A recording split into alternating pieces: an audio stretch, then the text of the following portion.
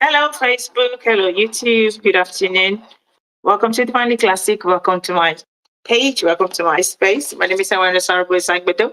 And I did start the live video earlier, but it went off, went wrong. So I had to come back.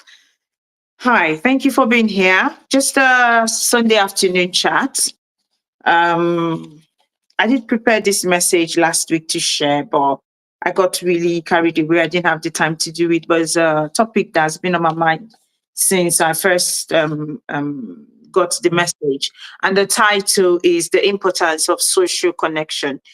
As you can see on the screen, the importance of social connection and stroke, checking on others, especially the vulnerable ones. Now, let me just see if we our Facebook and YouTube family, if they can see us. If you can see us, if you can hear, give me a thumbs up. Just leave a message in the chat section and then I'll respond as soon as I can. Once again, welcome to my channel. So we'll start by defining the key words in this the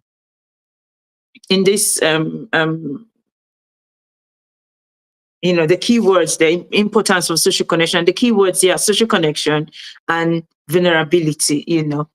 Just a little background. There's a story that I read. It happened in November last year, but I think the autopsy, they just concluded it now, or the case, they closed it. And sorry, I got distracted there. It gave me the shivers, and I thought this is something we can talk about, the importance of social connection. And it's a story of a little boy who died because he was living with his dad. I will share the picture shortly. He was living with his dad, and his dad was poorly. And because the dad died, he died as well. And it got me thinking, social connection, vulnerable ones. The dad was vulnerable because he had a long-term illness. The child, obviously, is a child, the young boy, I think 2 years old. He had to die because he didn't have a carer. So first, we start by defining what the term social connection is. Social connection is defined as the experience of feeling close or valued in a relationship. And this is essential to our overall well-being. That relationship may be in the form of a husband and a wife, in the form of father and children, or parents and children. It may be in the form of friends. That relationship could be, and it could be colleagues, but it's just having that connection with them where you feel valued, you feel close to them, and you know that, okay, if I'm supposed to be at work today, and if I don't go there, somebody will at least look for me. Somebody will call to say, oh, how are you doing? What's going on with you? But if there's no social connection, nobody cares. Okay, and that's exactly what happened. I don't know the full story. I wouldn't say that this person hasn't got people that cared, but the fact that they died and a little child had to die afterwards, it's really sad. Anyway, we'll carry on with the definition, then we'll talk about the case in depth. Talking about health, we talked about social connection being essential in our overall well-being, or to our overall well-being. So we define what health is. World Health Organization 1948 defined health as a state of complete physical, mental, and social well-being, and not just the absence of disease or infirmity. I'll define that again. World Health Organization defined health as a state of complete physical, mental, and social well-being, and not merely the absence of disease or infirmity. And you may wonder to say, oh, social interaction or social connection, how come that is so important? It is important because if you are physically okay, mentally you are okay, but when you lack that social connection, overall you will not be defined as a healthy person according to the definition that World Health Organization have given to us. Thank you for being here. Please subscribe to this channel. Please, please, please. If you haven't, please subscribe to my channel. Okay. Let me just quickly go down here. Okay, but when you lack that social connection, overall you would not be defined as a health. Yeah.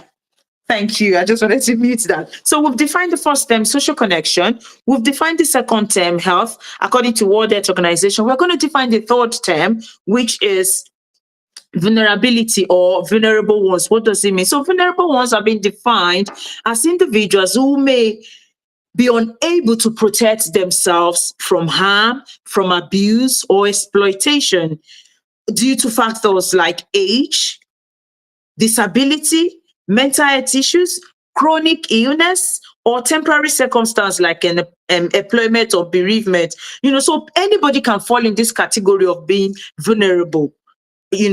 Age, when people are elderly and they are young, very young, they are termed as vulnerable people. When people are disabled in one way or the other, be it physical disability, be it mental disability, they are vulnerable. The chance of exploitation is very high with them. Mental health issues as well. People that suffer from mental health issues, again, they're at risk of exploitation. They're at risk of self-harm. So they are termed as vulnerable people and people with chronic illnesses and people that are bereaved as well. So the main aim of this video today is just to discuss the importance of social connection and for us to even or to connect more with people that we term as vulnerable in our community. It might be in our family, it might be at our workplace, it might be in our church, just around you, wherever those people are that are vulnerable.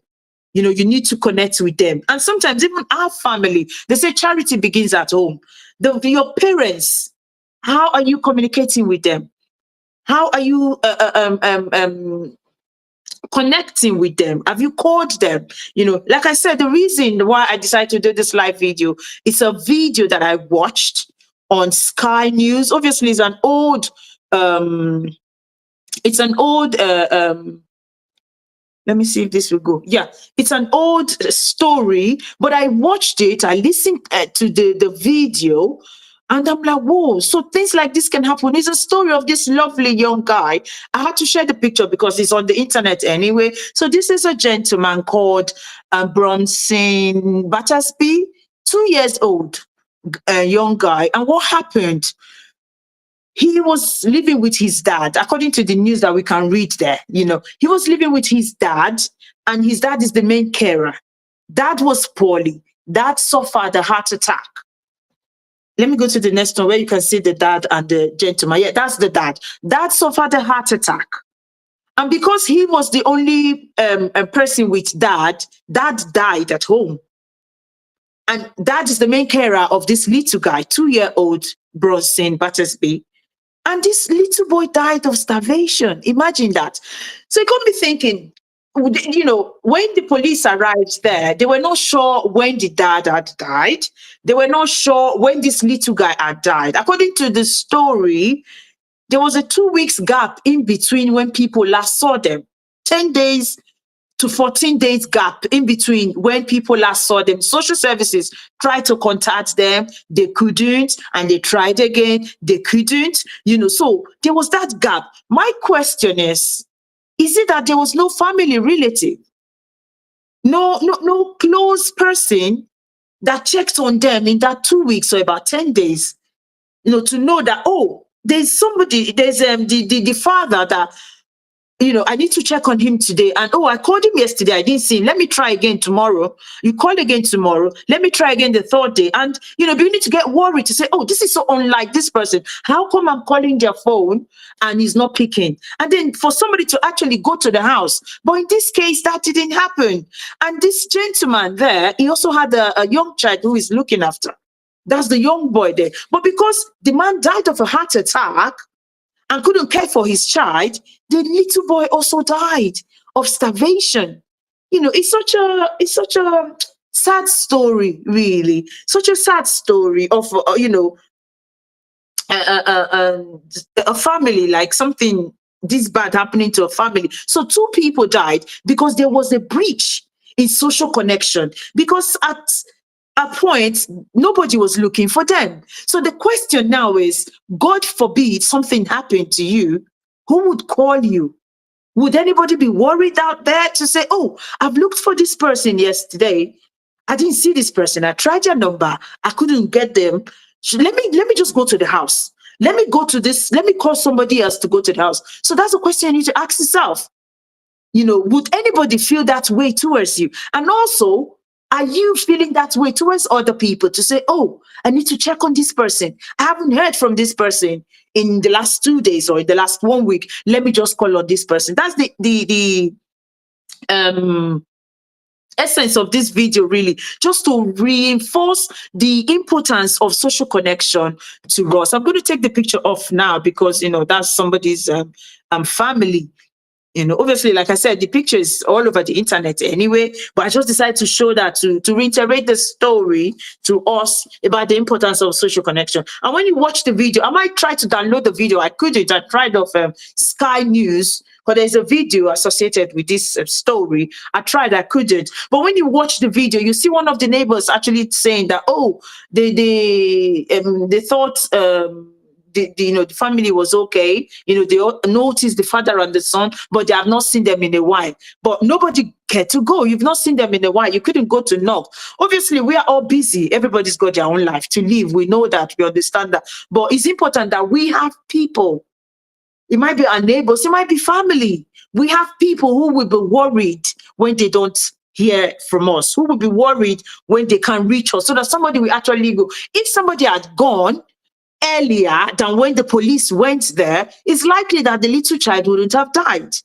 That child died of hunger and starvation, okay, malnutrition, everything. That's how the little boy died, because the dad had suffered a heart attack and nobody came to look for them. So lessons to learn from here. One, there wasn't great social network with that man and the family. Secondly, is the effect of chronic illness. Myocardial infarction, heart attack is a very dangerous condition. It's a cardiac condition that we all need to be mindful about. Obviously, what happened to that gentleman? It just came, had a heart attack and he died. And then the young child, the vulnerable one, whose carer had gone, needed somebody, but there was nobody there. And you would ask, what's the essence? Why do we need this social connection that's bad? We need it because it improves our mental health. Sometimes you don't have money. Sometimes you're feeling down. But when you talk to people, when you have somebody that you can call and just share your worries with, it relieves the stress that you are going through. And another point why social connection is important is it empowers us. In the face of challenge, it gives us that resilient attitude to say, oh, I know I have people who care for me. Some people who've lost hope, some people who are depressed, extremely depressed or severely depressed. One of the things that they say is that I don't want to be here because nobody cares. I really don't see myself being here. So I hope we don't have people around us who are saying nobody cares. It's important that we reach out. We reach out to people. And you say, how do we reach out to people? One, you can find a sense of community. When I say find a sense of community, your family is a sense of community. You can call. Every family is different. And, they say you can't use one brush to paint everybody. Just because one family is going well doesn't mean another family is going well. So people do have their family issues, but let's try as much as we can to resolve family issues where we get to call ourselves, we get to see ourselves. Because in this case now, this is just me making up my own theory. Maybe this man has family somewhere that he's not relating with because of one issue or the other. Maybe if he was close to a family or a relative, they could have called him to say, oh, this is unlike him. Let me go to his house to check on him. So, that sense of community, us being one, is very important in building social connection. And also, if for people that are we consider as vulnerable, it's important that we call them. I also have a story. This is the one I actually know of this person, a lady who died. She was living alone back in Nigeria. She died in a house, and for weeks, nobody came to look for her, and her body decomposed in her house. So it was the smell around that alerted people, neighbors, and they broke into her house, and there was her decomposed body. Nobody cared. Nobody looked for her. And it's so sad. It's such a sad way to die. It's such a sad way. There's no good way to die anyway, but it's such a sad way to die alone and then the body is decomposing in the house. So if we have people that we consider vulnerable, people who are alone, people who are elderly, if you've got elderly relative, please check on them all the time. Call them. If you can go to their houses, go to their house. If you have people who are poorly, if you have people who are young, they are considered vulnerable people. Please, let's build that social connection around our loved ones. And the regular calls, like I said earlier, regular calls, visits. Here in the UK, they call it welfare check. When institutions have to go to service users' house or people's houses, even the police, they go to your house, they say, oh, we are doing the welfare check. When the school comes to the house or the GP, they say, we are doing the welfare check. Let's adopt that attitude as well towards our own people, our own families, our own friends, to say, oh, this is just a welfare call. This is just a welfare check. Just want to see how you're doing. Some people might say, oh, please leave me alone. But you satisfied your conscience. You called them. You actually heard them speak. Or even if you didn't hear them speak, you sent a message and, maybe they will reply when they can. But you know that you have fulfilled your part. Going back to this gentleman that died, if somebody had tried to reach him, and they couldn't, they would have said, oh, I tried. But imagine if this was your relative and you heard that he was dead for probably about 2 weeks, and then his child died because nobody saw him or nobody came to see him. How would you feel when you had the chance to actually call, when you had the chance to go to see how they were doing, but you didn't? But if you had tried and you say, oh, at least I tried. Oh, I wish I could have tried harder. Okay. So it's important that we establish that welfare check, regular calling, just to see how people are doing, and also helping as much as you can, and utilizing technology like video calls. This day and age, we have technology at our disposal. Video call your relative, especially the elderly ones. Video call them, say, oh, dad, let me see how you're doing. Oh, how are you walking around? How are you getting on with the house? Just engage them to understand what they are doing and how they are doing. Another way that we can utilize technology just to check on our loved ones, especially the vulnerable ones, is like personal alarm.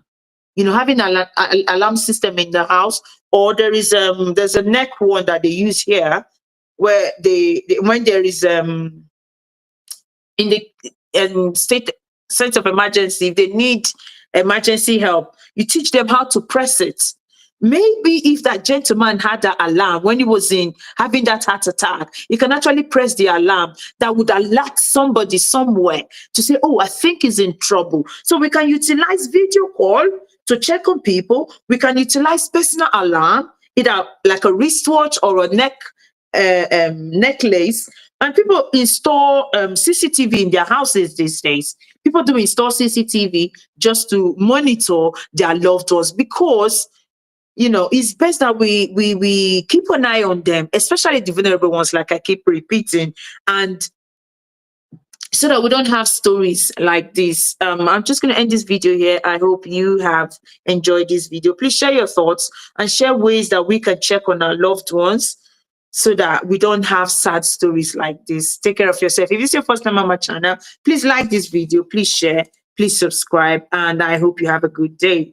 Subscribe if you haven't. Please, please, please.